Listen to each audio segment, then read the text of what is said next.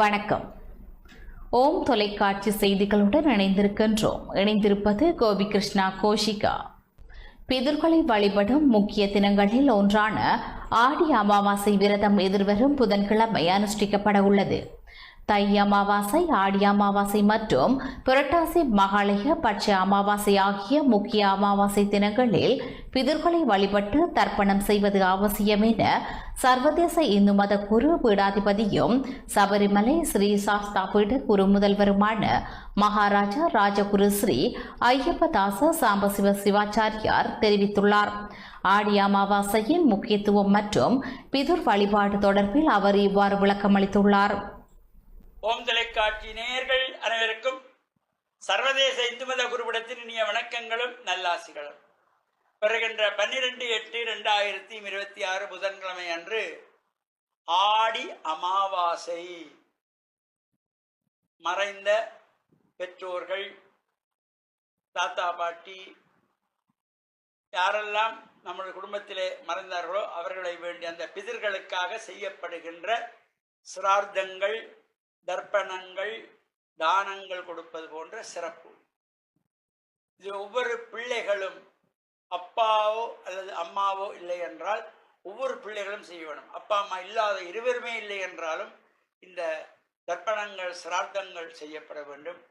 அது மட்டுமல்லாமல் வீட்டிலே இதனை புரோகிதரை அழைத்து செய்யப்படுகின்ற பொழுதும் வீடு வாசெல்லாம் துப்புரவாக மஞ்சள் தண்ணி தெளித்து சாம்பிராணி பொங்கலிட்டு அவருடைய புகைப்படங்களை எடுத்து வைத்து அதை மஞ்சள் தண்ணீரிலே கழுவி விபூதி, சந்தனம், குங்குமம், திலகமிட்டு குற்று விளக்கு ஏற்றி வைத்து சாம்பிராணி தூபமிட்டு பிரார்த்தனைகள் செய்து படையல் படைத்துக் கொள்வது. அவ்வாறு அந்த படையல்கள் வைத்து இது ஒவ்வொரு மாதமும் வருகின்ற அமாவாசையிலே கண்டிப்பாக செய்ய வேண்டும். நமக்கு ஒவ்வொரு மாதம் முடியாவிட்டாலும் இந்த வருடத்திலே 3 அமாவாசை மிக முக்கியம். தை அமாவாசை, புஷ்ய அமாவாசை என்பது, ஆடி அமாவாசை ஆஷாட மாசத்திலே வருகின்ற அமாவாசை, அதே போல புரட்டாதி மாதத்திலே மகாலயபக்ஷ அமாவாசை. இந்த 3ம் கண்டிப்பாக செய்யப்பட வேண்டியது. அவ்வாறு இந்த படையல்கள் பிதர்களுக்கு படைக்கப்படுகின்ற பொழுது வீட்டிலே உள்ளவர்கள், பிள்ளைகள், மருமக்களோ பேரப்பிள்ளைகளோ அந்த உறவுகள் சேர்ந்து சமைத்த துப்புரவான சமைத்த அந்த பதார்த்தங்களைத்தான் பிதர்களுக்கு படைக்க வேண்டும். கடையில் வாங்கி, ஹோட்டலில் வாங்கி பிதர்களுக்கு படைக்கக்கூடாது. இது ஒவ்வொருவரும் மனதிலே கொள்ள வேண்டும். அவ்வாறு படைப்பதனால எந்த பலனும் கிடைக்காது. இது அந்த பிதர்களுக்கு படைப்பது, நீங்கள் ஒரு பொங்கலை மட்டுமாவது படைக்கலாம், வீட்டிலே செய்ததாக இருக்க வேண்டும். ஒரு பாயசம் மட்டும் செய்யறோம், வீட்டிலே செய்ததாக இருக்க வேண்டும்.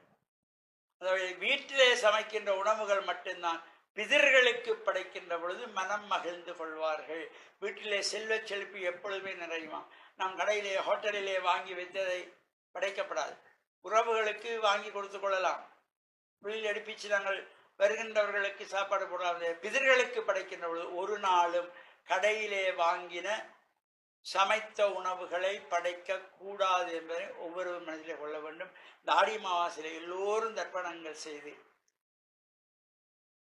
மறைந்த பிதர்களுக்காக மோட்ச தீபங்கள் ஏற்றி மோட்ச அர்ச்சனை செய்து பிரார்த்தனை செய்வதோடு அவர்களுடைய அப்பா இல்லையா, அப்பா வயசில் இருக்க யாராவது ஒருவருக்கு முடிந்தால் ஒரு வஸ்திரம், ஒரு வேட்டியை வாங்கி கொடுக்கலாம். அம்மா இல்லாதவர்கள், அம்மா வயசில் இருக்கின்ற ஒரு தாய்க்கு, யாராவது ஒரு ஏழைக்கு ஒரு சாரியை வாங்கி கொடுக்கலாம். இவ்வாறு நம்மால் எது முடிகிறதோ அவற்றை செய்து. இத்துடன் ஓம் தொலைக்காட்சி செய்திகள் நிறைவடைந்தன. தொடர்ந்தும் ஓம் தொலைக்காட்சி நிகழ்ச்சிகளுடன் இணைந்திருங்கள். நன்றி, வணக்கம்.